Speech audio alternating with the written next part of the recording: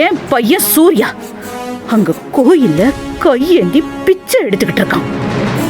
எவ்வளவு பெரிய பிசினஸ் சாம்ராஜ்யம், அதோட ஒரே சக்கரவர்த்தி அவன். மாசமானா பல ஆயிரம் பேருக்கு அவன் கையால சம்பளத்தை தூக்கி கொடுக்கறவன் இப்ப அதே கையால பிச்சை. அவன் எங்க சுந்தரவள்ளி ஃபேமிலினா ஊர்ல இருக்கிற பெரிய மனுஷங்களா எழுந்து நிப்பாங்க, அந்த அளவுக்கு மரியாதை. ஆனா அந்த குடும்பத்தோட ஒரே வாரிசு இன்னைக்கு கோயில்ல நின்று பிச்சை எடுக்கிறாங்கறத என்னால நம்பவே முடியல. ஏன் கண்ணை என்னால நம்ப முடியல. இல்ல, கண்டிப்பா அது என் பையனா இருக்காதுன்னு கிட்ட போய் நானே பார்த்தேன்.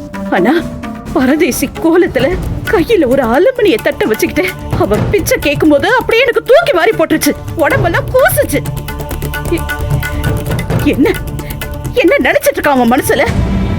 அதுவும் அவளை படுத்திருக்காளே, அவளை கல்யாணம் பண்ணிட்டு வந்து என்ன அசிங்கப்படுத்தினதெல்லாம் போதாதா? இப்ப பிச்சை எடுத்து என்ன இன்னும் அசிங்கப்படுத்தணுமா?